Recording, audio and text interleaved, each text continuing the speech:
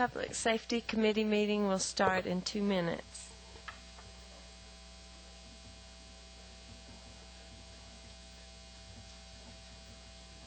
Gosh, somebody got nervous up here. That was probably me. I'll leave him here in case you need something to doodle. Yeah.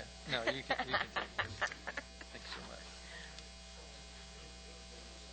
I didn't put it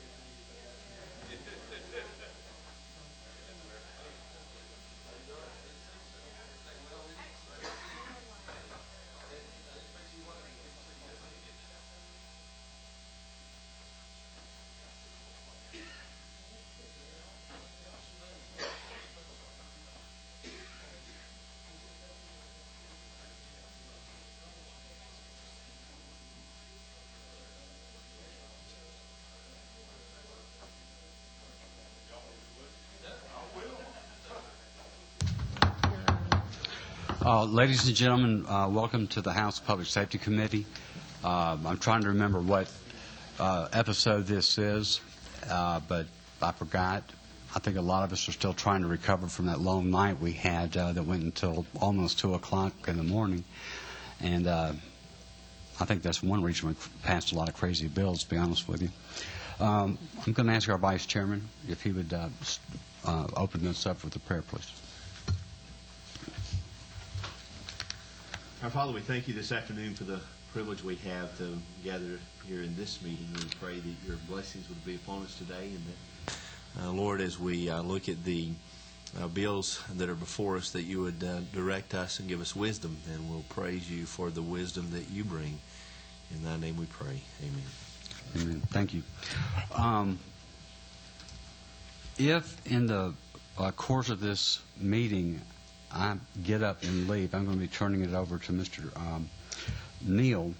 I have a bill that I have to present to the Senate Public Safety Committee, and they have this rule that the author has to be there. So, but it's a good one, and that's why we're asking the authors of the Senate bills to do the same. First bill is going to be H.R. 1560 by Mr. Clay Cox. Present it right here. No, you go ahead and you present it from there. Okay.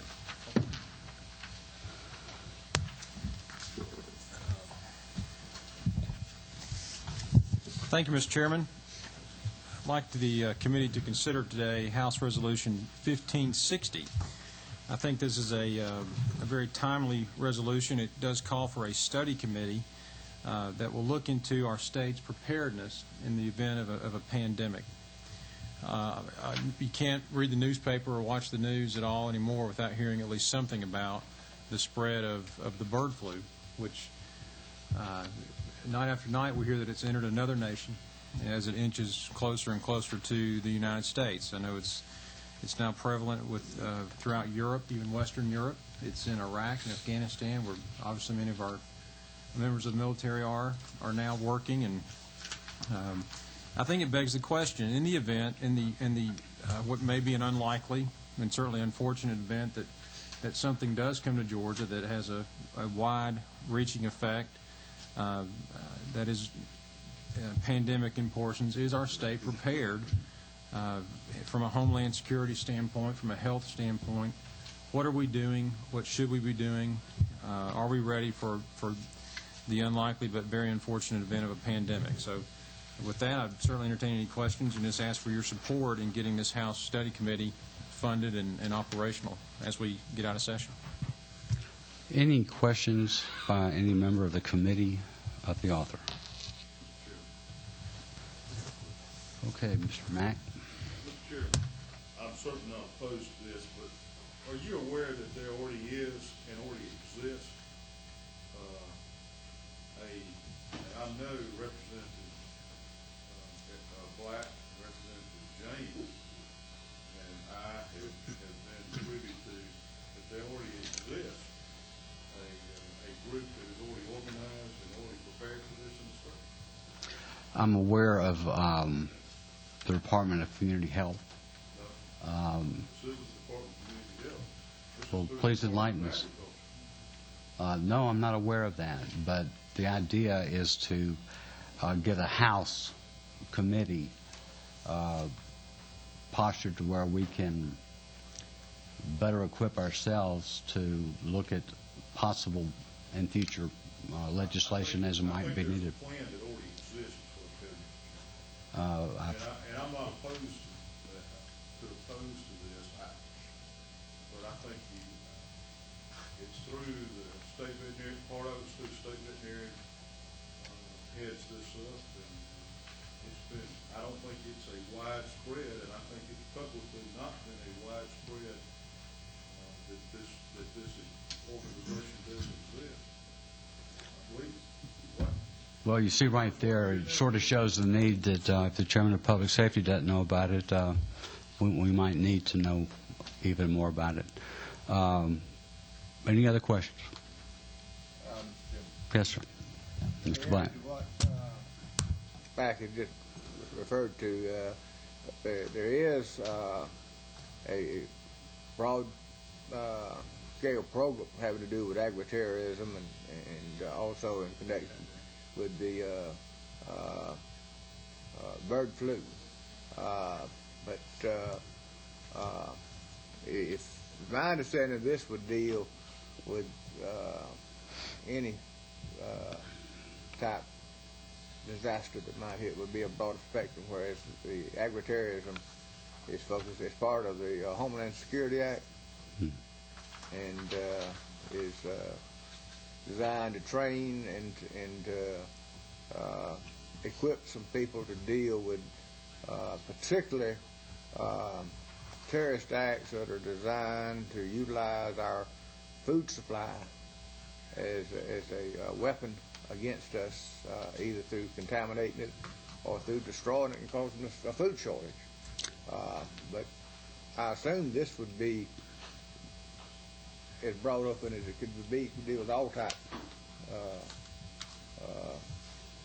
disasters that might be. Is this a question for the author? Thank you. That's terrific information. I guess my concern is knowing this committee as I do, that it is terrific membership, extremely wise and informed. Batting this proposal around is certainly going to be effective today and in the future. I wonder, however, and I guess wonder on paper, as the House of Representatives, do we want to rely on any other entity in the unfortunate event that something like what some say could potentially happen does come to pass? Will they look to the bureaucrats in a department of the executive branch as, what did y'all do? Why didn't you prevent this? Why weren't we prepared? Maybe not just to fight the viral aspect of it, but organizing public safety officials. What's the organized effort? What's the reaction supposed to be? What should it be? Or are they going to look at this body and the House of Representatives, the General Assembly, and specifically this committee, and wonder why we sat on our hands and didn't at least get those kinds of folks before us as the elected members of the House and ask them what's the plan? At least learn it so that the membership of this committee can respond when asked out in our districts and as a General Assembly. I think it's incumbent, or maybe it's not, but that's really the question I pose to the membership of the committee. Is it incumbent upon us, maybe in the form of just having public safety committee meetings to specifically look at it, or in the form of a study committee? Isn't it prudent that this committee, and appropriate that this committee, examine this issue thoroughly so that we are able to either say, you know what, we're in good shape, we're ready for this, or we find out that maybe we're not, and there might be some legislative action that's needed. Members of the committee, if you don't mind, please remember to push your button. I've been bad about that. We've been losing a lot of our sound over the broadcast. You say something that brings up a point. The groups that you mentioned, Representative Crawford and Black, might can help enlighten us on any number of things. I know that the Red Cross, and I think it's the Department of Community Health also, are doing something else on it. I don't know how many duplicate things there might be out there. I don't know. I'd feel a lot better knowing. Yes, ma'am. Thank you, Mr. Chairman. I was just following up on what you were going to say. My primary concern is that there are a variety of experts out there doing a variety of things. In addition to the ones you mentioned, there's the CDC, and I know DeKalb County has a huge effort in this regard. So perhaps it could serve as a function of getting all these people in the room at the same time. So, I mean, what I worry about is whether anybody will know who's in charge when the pandemic comes. So that is my concern. And maybe this bill could help us with that. Thank you. Mr. Crawford? Mr. Chairman, from the briefings that I think that Representative Black and James and I were in, I believe, and if I'm not mistaken, there's about 60 federal and state agencies involved in this plan. But I also think that part of what I understood about this is there is some concern by Homeland Security of too much publicity about this plan, and too much. I understand what you're asking, and to the author, I'm certainly not trying to criticize you at all. I do think there is some real concern, though, by these agencies as to how much knowledge is revealed as part of the. And if I'm stating that wrong, somebody correct me, but I think that's part of the reason that it's been as low key as it has. We also know that over in the media that people are already hearing about this second strain that's emerging and things like that. But I hear what you're saying. There needs to be some discretion about what is revealed. And let me finish. Needs to be some discretion about what is, actually revealed and what's And not. at the proper time, I'd make a motion on this resolution. I don't have a problem with that. Any other members? Mr. Black? If I might add, I'm 100% behind this. I also think those of us that was up here on 9/11 when that hit, it was pretty evident that there were no plans to deal with any kind of disaster, and you had a situation where no one knew what was going on. Those also can remember back when the incident occurred in the courthouse. There was confusion here in the Capitol, and I think it's certainly a worthy subject for this committee to look at the preparations that's being made to deal right here with state government, and I'm 100% behind you.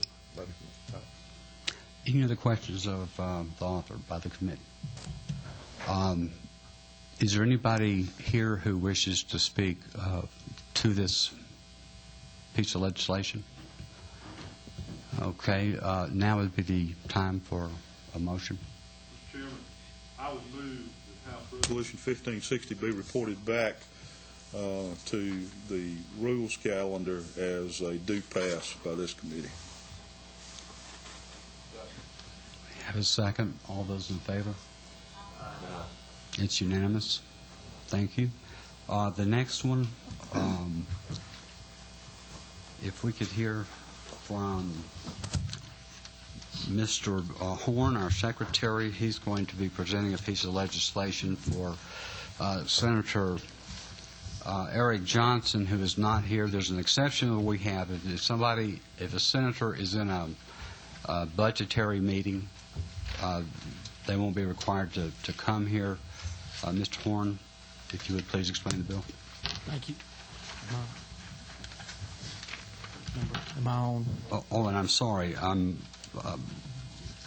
Committee members, I'm talking about SB 454, and we're working off the sub LC 350233S.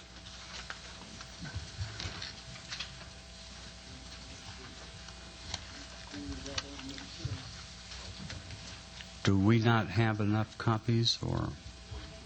Did you say 350233S? It's 34S. 3-4. 34S. I'm sorry. My mistake. It is 35023 34S. Senate Bill 520. So we get 520. And it's Senate Bill 520. Boy, that was a long night. I've got you on. Oh, I'm on? Okay. Does everybody have a copy? Mr. Horn? Okay. Mr. Chairman and members of the committee, I bring to you the House Committee on Public Safety and Homeland Security substitute for Senate Bill 520. This bill provides that when sworn members of the Department of Public Safety retire from service with 15 years or more service, that as part of their compensation to be paid to them upon their retirement, that they get to keep their badge and duty weapon. It also provides that a member who must leave the department as a result of a disability that occurs due to or in the line of duty, regardless of the number of years of service, also is afforded the Okay, same. this is the amended part, correct? This is, Yes, this is the amended part, 0234S. and let's see, that's on page 2, That's right. lines. It's on page 2, I'm sorry, section 2, page 2, line 9 and 10. And 7. Line 7 is the one that changed. Line 7 changes the time requirement from 25 to 15 years, and then lines 9 and 10 add the disability resulting from something that happens in the line of duty, regardless of number of services and number of years of service, rather. And that is all the changes. And if there's any questions, I'll try to answer them. Otherwise, I would ask for favorable consideration. Mr. Horn, I have one. On line 14, should that not be 15 years also? Yes, sir, I believe that's true. I believe we're going to have to. Did the committee members pick up on that on page 2, line 14? Page 2, line 14. Now, this is, of course, now talking about radio operators, if you want to give them the same time period as the armed service people. Okay. Any questions of the author? Mr. Crawford? Mr. Chairman, just for clarification purposes, where does that leave public safety officers, people who are now public safety officers that work with DMVS and DOT? I believe this covers the whole spectrum, but let me defer that question to our legal counsel. They were not public safety officers. They accumulated time, am I wrong? Wouldn't they have accumulated time as DOT officers and possibly at DMVS and Well, the author is here. I'm sorry, I'm coming in late. I'm working real hard. Senator, would you mind speaking over here loud? I've dreamed of this. Senator, if I could ask you a question, is this all you guys have time to do over in the Senate? That's all I have time to do, Mr. Chairman. When we reorganized the Department of Homeland Security, it's already Department of Public Safety get a badge and a gun. Capitol Police and traffic enforcement, that we're now in that department, but aren't covered by law. So we're simply giving them the same right and the same honor of retiring with their badge and their gun, their duty weapon. And we changed it from a revolver in the original bill. And so that's all. I believe that everybody that now in the new department that carries a badge and a gun will be able to get one under this. There is no cost. They can do that, absorb that in their own. It's about $400, and they'll absorb that within their existing budgets. Colonel, would you mind stepping over here to the mic and explaining in the Department of Public Safety just how big your umbrella is? Well, this is what we call the Go Watch Bill, and what happened last year as a result of House Bill 501, we incorporated all the people who had worked in DMVS, who previously had worked for DOT and the Public Service Commission in law enforcement capacity into our department. And what we want to do in a sense of fairness was that our people, although the time was a little longer, 25 years, who retired honorably, all got their gun and badge upon retirement, and so did the GBI. So we wanted to make it fair with all those people who we had brought in so that they would be eligible also. In the Department of Public Safety, under that umbrella, isn't it true that the GBI is also? The GBI is also covered in that. It's not under the Department of Public Safety, but they have the same bill that allows them to get their badge and their gun at the time of retirement after 25 years. Okay. Mr. Crawford, you've got a point then. I mean, Mr. Chairman, I'm all for it, but I think the way it says, it has accumulated 15 years in the department. What I'm getting at is I think there needs to be additional language to make sure that if they serve anywhere else besides Department of Public Safety, that they get included here. And I don't have that amendment, but that should be the case. Are you talking about like going from one department, like, State Patrol to GBI or vice versa? Or? No, sir. What I'm getting at is where they did not serve, they have time accumulated under DMVS. Oh, I see. We've already had 4 or 5 retire with 34 years of service, but they served that somewhere else because they just came to us last July 1st. Yes, sir. See, that's where my concern is making sure that they get credit under DMVS or under DOT or whatever they were under toward these 15 years of service. I think that's a good point. People that think they're going to be entitled to this, that I think technically they're not going to be entitled to this. What do you think about, and I'm hoping that you're thinking about an amendment, going ahead and including others like the GBI? No. What the GBI doesn't have to be. The GBI already has theirs already. DVD. That's already been passed. Right, but this would make it all the same. Yes, sir, but I do think I think the colonel can be caught in a situation where someone thinks they're going to be entitled to this, that technically are not going to be entitled to this. This said it would be 15 years in our department. So if we have an individual who retires next month who served 33 years in some other agency, he wouldn't have served that 15 years in our agency. So under the law, as the amendment here is, he wouldn't be entitled. Mr. Crawford, would you mind drafting up a suggested amendment?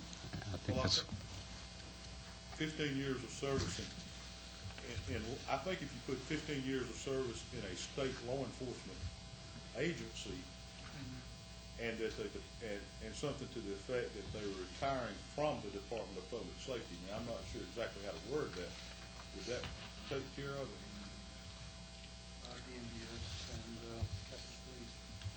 You could spell out those two departments, Mac. I think that's a And good point. DOT. The Uniform Division of the Department of Public Safety or previously Right. with those two departments, then you don't bring in somebody that you might not intend to. Right. Yeah, I think that's right. 15 years of cumulative service. Well, DOT evolved into DMV. Well, it would be the Uniform Division of the Department of Public Safety, which is the State Patrol, DMVS, and the Capitol Police.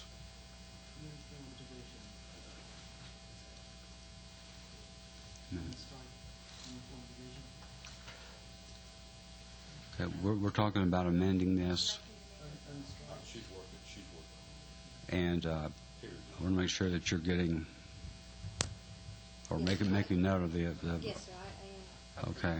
Mr. Chair, Is that we'll go okay back with down, you, make Mr. sure the Senator? Tybee money is still there. Senator, do That's we a good need this point. bill? I trust y'all to fix Senator, that. do we need this bill?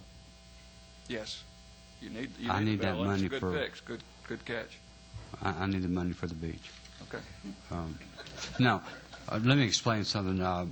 Mr. Johnson is my state senator, and we got elected the same year he did the Senate and you the House. We used to drive up and down I-16, and that's when we were friends. And anyway,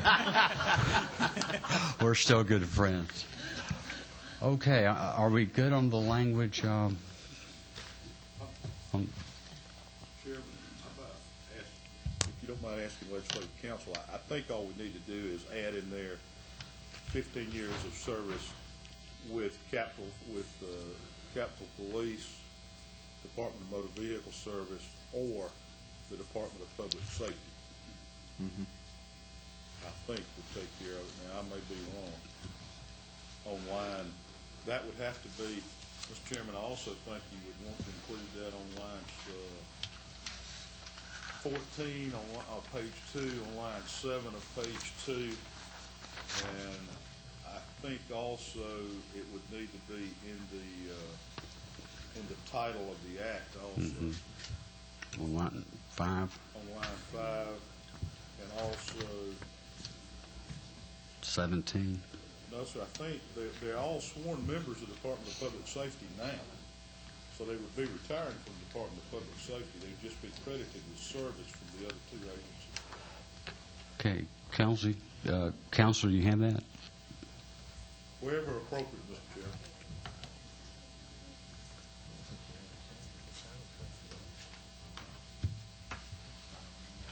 Okay, are there any other questions from the committee? Anybody here like to speak to or against the bill? At this time, would be the proper time for a motion.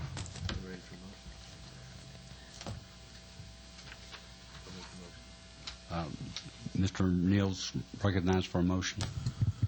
Mr. Chairman, I recommend that we give a do pass recommendation to Senate Bill 520 as amended by Legislative Council to include the 15 years of cumulative service between Capitol Police, Department of Motor Vehicle Services, and That would need an amended committee substitute.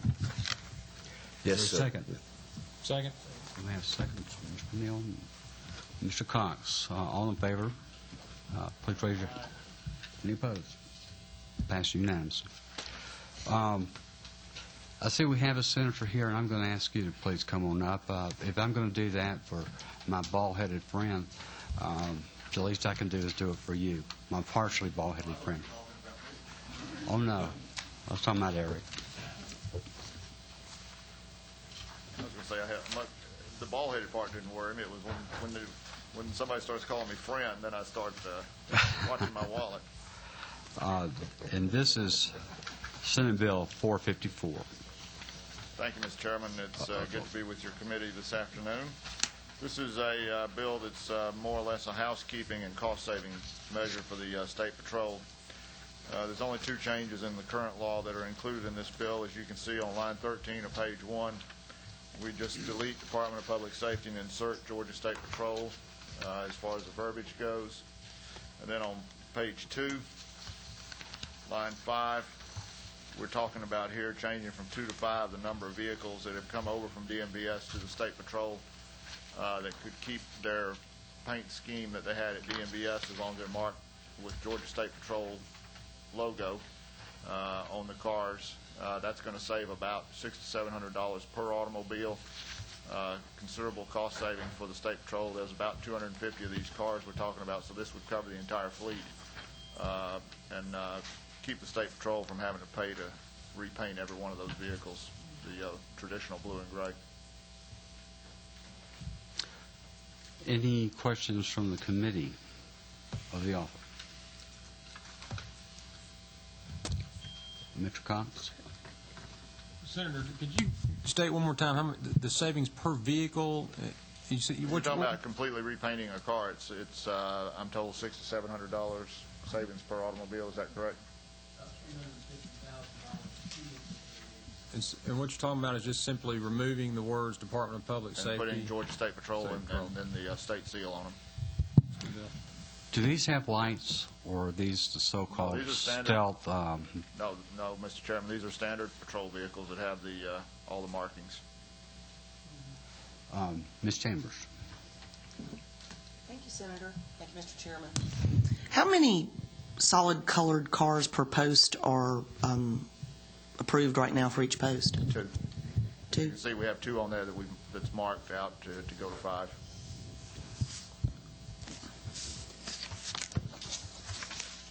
Mr. Crawford? Mr. Chairman, which one are we working off of, if you don't mind? One of them says 2 and one of them says 5. Okay. For now, we're working off the LC. Senate bill. Just the 350054. 454. Okay.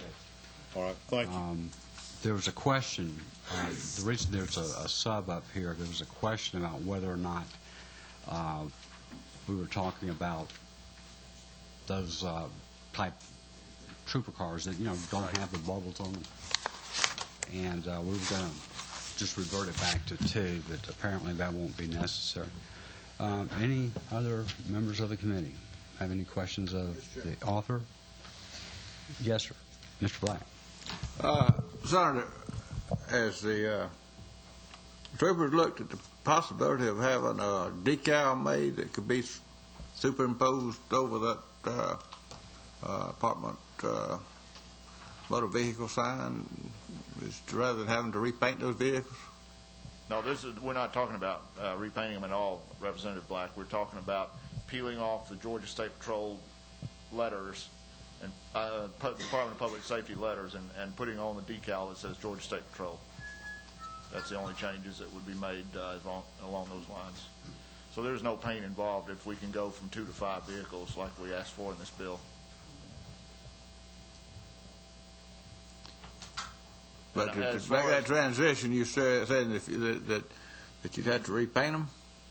No, the current law says that a sizable number of cars in that fleet would have to be repainted because we can only have 2 per post under what we had before. If we go to 5 per post, and none of them will have to be repainted, and as they wear out, they'll be replaced by standard traditional State Patrol cars. Any other members of the committee have a question? Ms. Chambers. Be recognized for a motion at the appropriate time, Mr. Chairman. Okay, we'll be approaching that time shortly, I think. Is there anybody here wishing to speak to or against the bill? Seeing none, now would be the appropriate time for a motion. Mr. Chairman, I move do pass on LC 350054, Senate Bill 454. We have a motion on the floor for a due pass. Is there a second? Second. May I have a second from Mr. Clay? All in favor, please say aye. Aye. Any opposed? Unanimous. Thank you, Mr. Chairman. Thank you, sir, and thanks for being patient with us. I wish you would tell your public safety chairman over there that if he has a bill coming over here, he's going to have to come to my committee if I got to go to his committee. I will. The House and Senate are on very good relations at the moment, as you know well, and I'll be happy to pass that Thank message. you. That's a friendly hint. Thanks a lot. Okay. A lot of hints going around right now, Mr. Chairman. All right. Ms. Garner, if you wouldn't mind explaining H.R. 1462. Thank you very much, Mr. Chairman, members of the committee. I'd like to have you look at House Resolution 1462, which was distributed this morning. I assume it's also in the packet. Got it? This is the chairman's bill creating a House study committee on state law enforcement salaries and benefits. Clearly, it's important that the salaries and benefits paid to state law enforcement officers statewide is at a level necessary to continue to attract and retain the best candidates. So this is a House study committee with 5 members of the House to focus its attention on the salary and benefits of state law enforcement officers. That's pretty good. Any questions of the committee? Yes, sir. Seems like a very good bill, doesn't it, Mr. Chairman? Mr. Chairman, I only have one question. Why are not all of the state law enforcement included in this? I believe they are. No, sir. Miss Long, is that not correct? No, sir. This was for all state. On the plain language, it says all state law enforcement officers. But look at if you look at the back page, you don't have them all included. Yeah, you don't have. Is corrections officers and all post-certified officers included in this? They work for law enforcement units as defined by Title 35, yes, sir. Where are you looking? I just want to make sure we get them all included. the generic term law enforcement officer should cover all state law enforcement officers. A law enforcement unit, as defined in Title 35, includes the Department of Corrections. It would include parole, probation, DNR. It should include everyone. Mr. Chairman, my question, though, is where are you referring to Title 35? It just simply mirrors the language. Title 35 is not cited in the resolution. Oh, okay. I just want to make sure we get all post-certified, state post-certified officers included. Absolutely, and it's a good And question. Any other? Mr. Chairman, can I follow up on that? The reason I asked that, and I may need to ask this to Legislative Council, when we tried to do the pay raises in the 07 bill, there was a question about what constituted state law enforcement officers. Maybe, but if I'm off on the wrong branch, sewing it off, tell me, but I think it'd be a good time to start off. Okay. Because right now, I think, the definition of it is Well, that's where we got in trouble trying to do the pay raises on the definition. right, and I respect that, Mr. Crawford. Any other members of the committee have a question? Anybody out here wish to speak to or against the bill? Mr. Mann, would you mind stepping over here, please?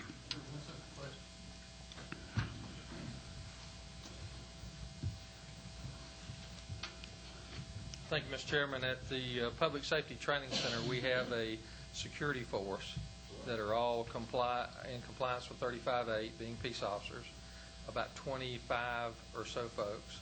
Would they be included? And that's my only question. If it is a law enforcement unit, it would be my understanding that they would be included. If they work for a law enforcement unit, which they would have to do in order to have arrest powers, it's my understanding they'd be included. But certainly, you can pass it with an amendment to clarify that if there is some concern. But under the law, a law enforcement unit is very broadly defined, and it would be necessary for anybody to exercise the power of arrest as a state officer to work for such a unit, and they, by definition, would be a law enforcement officer. The question answered, sir. I think so, sir. We, under Title 35-5, we do have a law enforcement unit that is recognized. We were not included in the 55 out in retirement under Department of Public Safety, so I just wanted to check. Okay. Thank you. I think we have another committee member who has a question. Mr. Cox? Mr. Chairman, just in way of suggestion, it might make sense on page 2, line 5, where it reads, such as agents with the GBI and troopers, the State Patrol. It might be, does it make sense to insert after the word as something along the lines of, but not limited to? And it would seem that the ladies agree with me, Mr. Chairman. If you have a ladies' agreement with it, then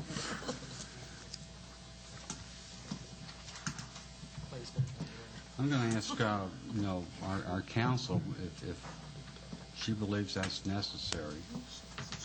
It never hurts to clarify if there's certainly some questions.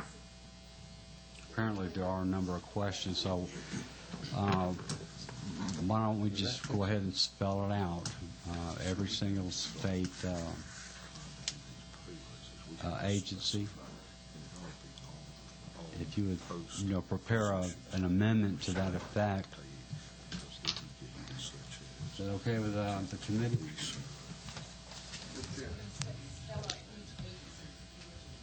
That's correct. Or perhaps we could just cite the code reference to include all designated law enforcement units by Title 35, as designated by Title 35. Be shorter, if that would be sufficient. Whatever will help lessen questions would be appreciated. Mr. James. Mr. Chairman, shortness, I don't think we should consider that much, because right now we have a problem with some legislation that was assumed that was inclusive of the other, and we're having a problem. As a matter of fact, we've got a bill right now and trying to rectify this thing, but we couldn't get it out of committee. I mean, we couldn't get a fiscal note on it, and we're having a problem getting it passed this year, but there's a whole group of people that's been left out. So I don't think we need to look at the shortness of it. I think we need to look at the exactness of it to make sure that we don't leave nobody out. Good point. Any other questions of the committee? Mr. Chairman. Mr. Black. I should have asked this to Mr. Mann when he was up here, but do the people that you had reference to, do they have power of arrest? Yes. Okay, I mean, the way I read this, it says that all people who hold power of arrest. And so I think that would recover anyone within the state that held the power of arrest. But if you need to put more language in, I'm pretty much. I agree with you, but apparently there's some questions about that. So, any other questions of the committee? Anybody wish to speak to or against the bill? Now would be the appropriate time for a motion. I make a motion to do pass, Mr. Chairman. Okay. All in favor, please say aye. Aye. Now, it was due pass by a substitute as amended for committee sub. Okay. Thank you. Okay.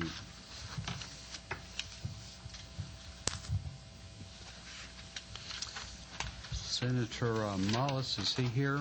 Hello, Senator. Welcome to the House side. Mr. Chairman, what an honor it is to come before you. I'm glad you recognize that, Senator. And, Mr. Chairman, before I start, let me always offer you the courtesy, if I can ever assist you in representing your bill in my committee without you having to come over, I'd be delighted to. Would you do that today at 4:30? In the Public Safety Committee? Yes, sir, on Absolutely. TASER. Be glad to. Thank you. This is how we develop this formality of spit for spit. Well, I'm a spitter, and I believe in that, too. Thank you, Senator. But thank you. No, let me also commend you on your years of conservative approach to legislation, and you and I share a lot of the same beliefs, and I commend you on your service, so thank you. That's two-way street. We're having a love fest here. Okay. Something wrong? No. But thank you for allowing me to come to speak to you before this great committee on Senate Bill 581. And I know you hear this all the time, but this is a simple bill. And this bill simply gives the authority, the ability for the Georgia Public Safety Training Center to teach emergency medical technicians. It actually doesn't fund them this year. It just authorizes them. And let me tell you that, Mr. Chairman, the only discussion I've had in a negative way is that it's taking it away from the technical colleges. That is no way the intention of this bill. There's no way somebody from Tybee Island is going to drive to Forsyth, Georgia to take EMT classes. They're going to take it at Savannah Technical College or other places because it's more convenient. It makes sense. But as you know, law enforcement and firefighters share a commonality. And so does emergency medicine technicians. And this simply gives that great organization led by Mr. Mann the ability to cross-train if needed. And, of course, he's going to want to know where the money is, and there's not any money. And that's in your bill. That's right. There's no money. No money. This just gives him the ability, the authority to teach that. Because, as you know, our world now is very dangerous, and sometimes there's a need for cross-training and EMT terrorism tactics. And technical colleges are not teaching that, but they're tactical terrorism taught for firefighting now and for police officers. So this may be something needed in the future. But the EMT folks have come to me and they wanted this bill, and that's why we're presenting it this year. And I might commend you for it. I agree with where you're heading on this, because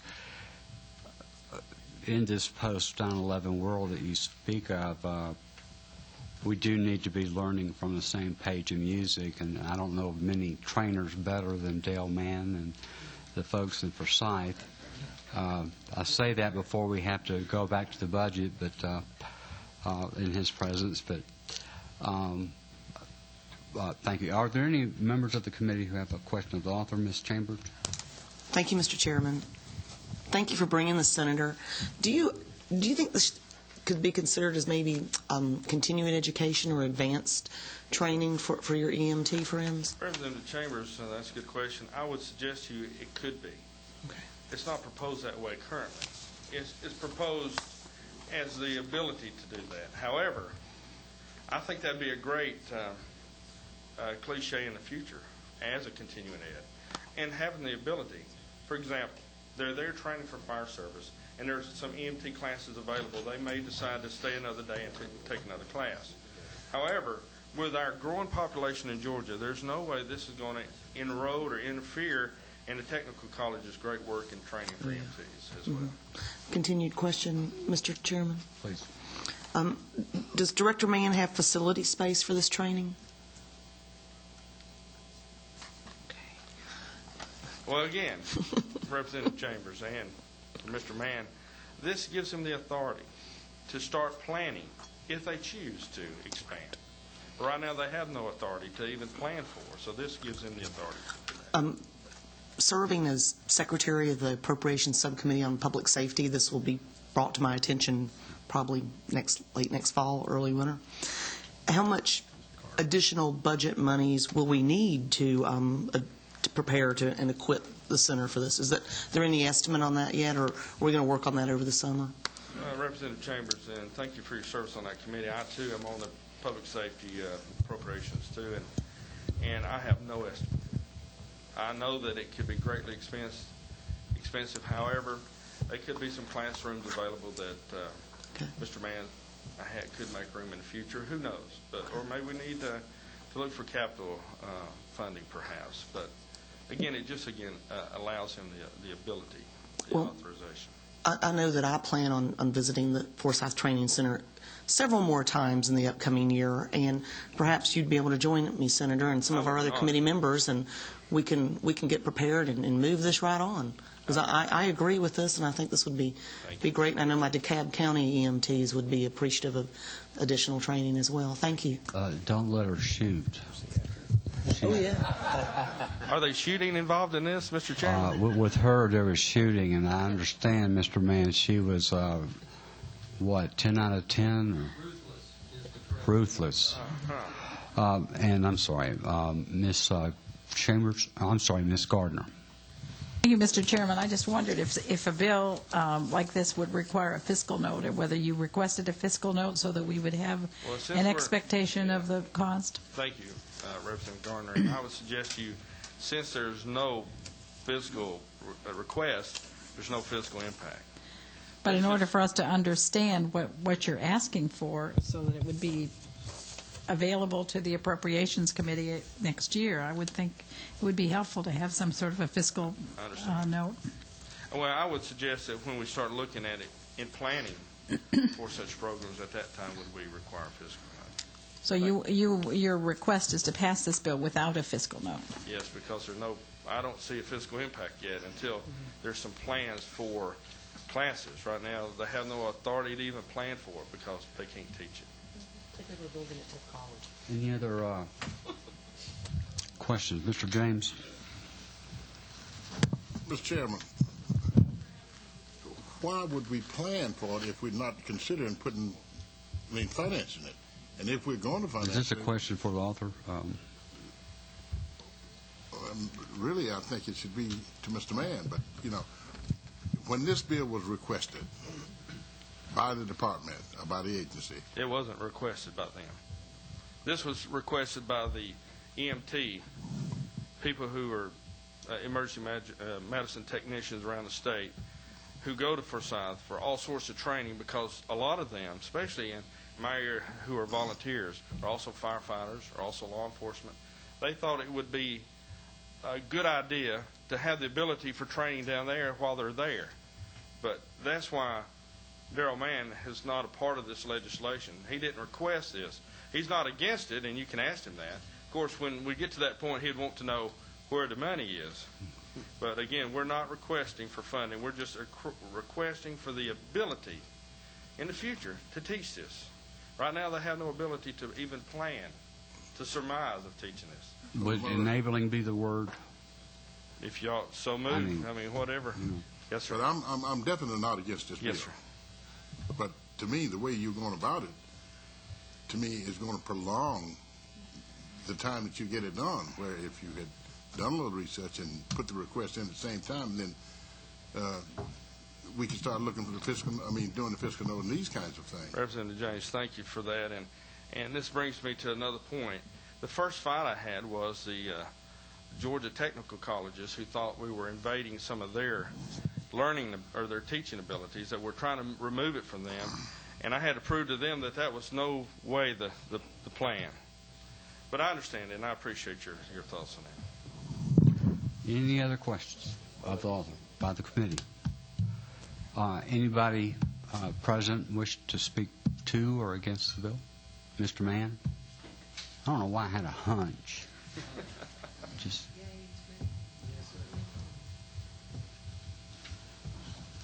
Thank you, Mr. Chairman. And as Senator Mullis said, I'm not going to speak against the bill. My only concern when I saw the bill, and I did not ask for the bill, I think, speaking candidly to the committee, you'll find that there is probably some dissatisfaction with currently there are two people really in charge of the way EMTs either get training or get certified. Department of Human Resources, EMS Division, and the Department of Technical and Adult Education. We didn't ask for this, and honestly, if I had the space and if I had the money, it is one of those things that will make sense, because training EMTs, where you train firefighters and police officers and everybody else in public safety, really does make sense. And with Senator Mullis, the only concern that I shared was the appropriations that go to get this done. We built the training center based upon an average daily attendance of 500 people. We routinely run 800 to 1,200 every day. And if you go and look at our cafeteria, you'll see that it is encroached into the atrium because we have so many students. We're to the point now where if we take another student, we have to disallow one that wanted to come. And I think we're at a point in time where the training center is 20 years old. It's probably time we did look at a fiscal note. It's probably time that we looked at capital improvements at the training center. It's a wonderful place. There's nothing like it in the United States, and that's not me bragging. That's the General Assembly who had the idea to fund it first and get it going starting in about 1980.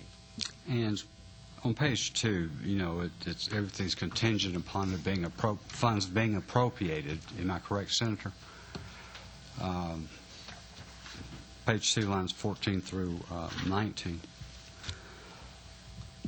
Anybody else wish to speak to or against the bill? I'm sorry, Mr. Crawford. I got one question from Mr. Mann. Yes, sir.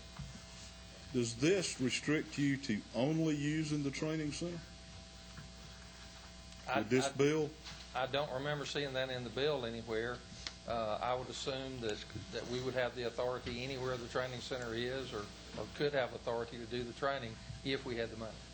Even with your, hopefully under your direction, 2 new regional police. What I'm getting at, I know the good senator back here is going to have a regional center under your control. Around Dalton somewhere? We hope. We hope. We hope. Not his district. Well, it's not your district, but it would serve your area. My question is, could this be amended to be able for you to provide this at anywhere that you have under your control? Instead of, it looks like to me you're mandating it to the training center. Well, the training center is not one location, Representative Crawford. We've got 10 regional police academies in the state, from Tifton to Savannah to Columbus to Macon, Athens, Augusta, right, all over the state. That's what I'm getting at. The thing that concerns me some, and having talked to Mike Ballmer, the head of DTAE, about 80% of the cost now to train basic EMTs is actually done through the technical schools, through the Hope Grant. So I think you would be taking on a major responsibility if that money were not available to continue to fund that through DTAE. And really, again, Mr. Chairman, my only concern is the appropriations to get this done. And I understand the senator's bill, and I'm not speaking against it. This is practicality for me. That's the only reason I rise. Mr. Chairman, I got one other question. Go ahead, Mr. Crawford. As my constituent, how do you want me to vote? On which issue, sir? On this bill. Dale lives in my district, y'all. As your constituent. He didn't tell me how to vote either. All right. Any other question? Mr. James? This bill has opened up a little can of worms that I didn't really see, because we're not talking about this at the center in Forsyth. It's talking about several other centers there. And I can see why now the technical colleges are concerned, because you're taking away some of that funding there. And it sheds a different light from my perspective, because we don't want to start a fight between our training center and our technical colleges. You know, if I could just say something here. You know, it's our, I'm not saying that there's a huge brewing fight. Personally, I've not heard of that until the senator brought it up. But it really makes a lot of sense to me that there be a consolidated agency, if you will, you know, regardless of how many satellite offices they might have, to teach firemen, to teach those in law enforcement, EMTs, all those who have to work together, you know, in an environment where one group sings from one page, or two groups sings from one page, or three. You know, it just makes good sense to me in the long-term sense, and well, that's just my thought. One more question. Yes, sir, Mr. James. You mentioned the Hope Scholarship that's available if you go to technical college. Would that also be available if we went to your training center if the thing was moved? I'm not sure whether it would be or not. It would actually be a Hope Grant rather than a Hope Scholarship, because the Hope Grant, for example, is currently used with training some pre-service basic police officers in the field. If they want to come to the academy, they can come right now through an agreement we have to train. But I don't think that's at all clear of whether or not that money would be available. I'm sorry, I can't answer that. I think I can look at the fire academy and police academy, and if the MTs are allowed to. If you're from a city or a county organization, it currently is free, isn't it? I mean, the fire and police is... Based upon the appropriation the General Assembly gives us, we do not charge tuition to recognized public safety officers from police, fire, or anybody else. The Board of Public Safety has the authority to say who can come tuition-free and who has to pay. And that's subject to appropriation. And so, in essence, if we choose not to fund this, it would have to be paid for. And therefore, again, who would come from Tybee Island or your district if they're paying for it, if they have a technical college right beside them, their area? Tybee might not be the best example. We have some wacky yeah, but you're from Tybee, Mr. Chairman, and I would just want to yes, make it personal. hi, folks. I forgot. This is live. Any other questions? Mr. Chairman, can I make a statement, too? I'm glad to see the chairman of the subcommittee of public safety in here, and what a great job they do. And with the secretary in here, they have added more money this year because they understand the role of firefighting and law enforcement to the public safety arena. So on top of theirs, we are adding even more because we understand the role. On the Senate side? Yes. We're partnering with Chairman Crawford because we understand it too. And I would suggest to you, if their plans in the future require some funding, we would probably step up to the plate. But again, there's no way for them to plan at this time without this effort. Ms. Gardner. Senator, I have to admit, the more I hear discussion about this bill, the more I wonder if this is the appropriate time to pass this bill. It seems like a logical step to include the training together, but given that there is not funding available or a fiscal note, I'm struggling with why it would be necessary to pass the bill at this time. Well, Maybe you can- Representative, I would disagree with you, but thank you. Tell me that I was wrong. Okay, you are. Respectfully.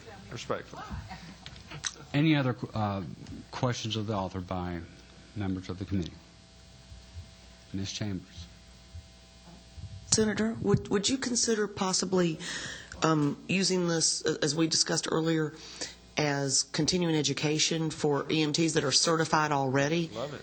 And amend the bill as such, so that way they could, it wouldn't be in competition with the schools, and the initial funding, we could build on that later to maybe do a certification course?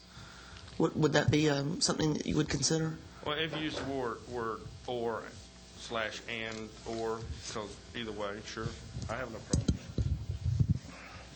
As wisdom as a committee. Would-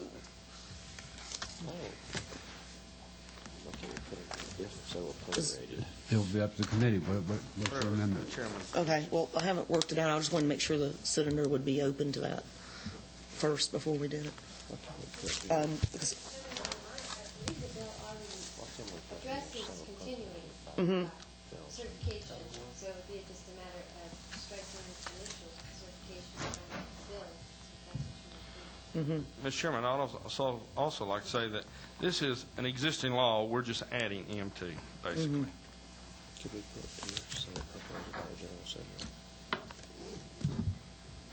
Ms. Chambers, are you satisfied with that answer?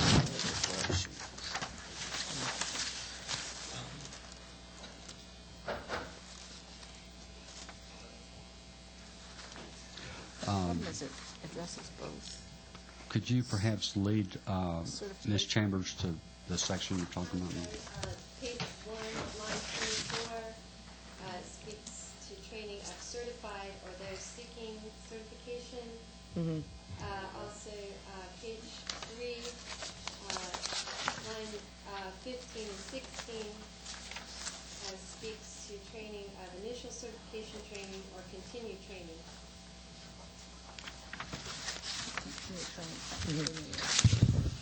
Mr. Chairman, may I address legal counsel? I think my question was to the senator is if maybe we could start this out as, if he would be open to it, start it out as continuing education for EMTs for advanced training only and not the initial certification training. And that I think would be a little less expensive in the beginning to fund, and that we could build on it. And that's something that I would, if with the chairman's permission, like to get input from the May I other. just interrupt you for a second? I've got to go pry our taser bill out of that Senate committee. Mr. Chairman, I'm going to represent your bill as soon as you give me a decision. If that's best for you. Well, I trust you, but Okay. like my dad used to say, trust people, but watch them. I understand. They got I Ronald Reagan said. would only say that of a friend. But y'all have to get me out of here before I can go vote on your bill. Well, that's a good point. Are there any other questions? Don't want any pressure there, Mr. Chairman. Mr. Clay, Mr. Chairman, I don't have a question. I'm prepared to make a motion when appropriate time. any other questions of the committee? At this time, it'd be appropriate for a motion. I'd like to make a motion that we recommend due pass on this bill. Okay, there's a motion and a second to do pass. Would you please signify your yes by saying yes? Yes. And your no by saying no. Thank you. Meeting adjourned. Thank you, committee. Thank you, Mr. Chairman.